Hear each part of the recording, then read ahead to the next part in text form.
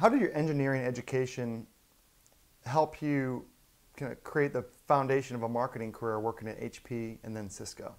It's a good question. I think an engineering degree is nothing but an academic process. I think it perhaps provides you with an ability to make good assessments. When you get into the working world, everything changes. Right. And a big part of your success, I think, boils down to relationships, right, that you're building and common ways of assessing the world. Yeah. So I think obviously it provided me with a path into an engineering world.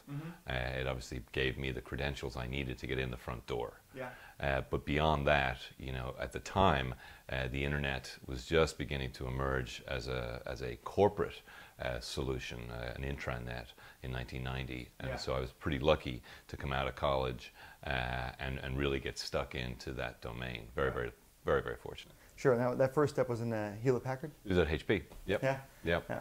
And then that allowed you to take some experience there and apply it to Cisco. It did. So basically, when I arrived at Hewlett-Packard, they had a corporate network, Yeah. right, which was ultimately connecting accounting departments together and other different parts of the business. But they started to really see TCP/IP Yeah. as the new path for them. And so the company made an investment in TCP/IP. We implemented Cisco routers way back in 1990. I think there was 200 people at the company, at Cisco at the time. And so we made a great bet with great technology. I must admit, not because it was fabulous technology. There were faster routers and switches out there. Sure. But Cisco basically built a platform based on software. Yeah. And so one thing Cisco did very well was they came in, they really tried to understand the problems that we were having in terms of integrating networks, integrating protocols. Opened their notebooks, took copious notes, really got a firm understanding of the problem, and came back 6-8 weeks later with beta code. We tested it. Yep, sure enough, it worked. Or perhaps there was something else that we needed.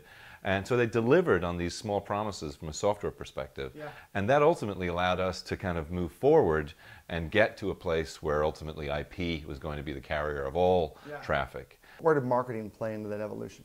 Quite honestly, as you start to look at new technology coming into a company like Cisco, the ability to be able to market it internally is very important. And so I started actually teaching other organizations how to troubleshoot and how to basically manage services that they were delivering to their own campuses. And so that really, I guess to some extent, opened up a part of me that I really wasn't aware of through engineering about communication. Right. And so at the same time, the relationships that I was building at Cisco were in the support organization, the services support organization, as well as within the sales organization. A friend of mine, he was selling to me and provided me with an opportunity to come join his organization, helping his team sell. So I came in as a technical consultant and then really progressed from there into marketing.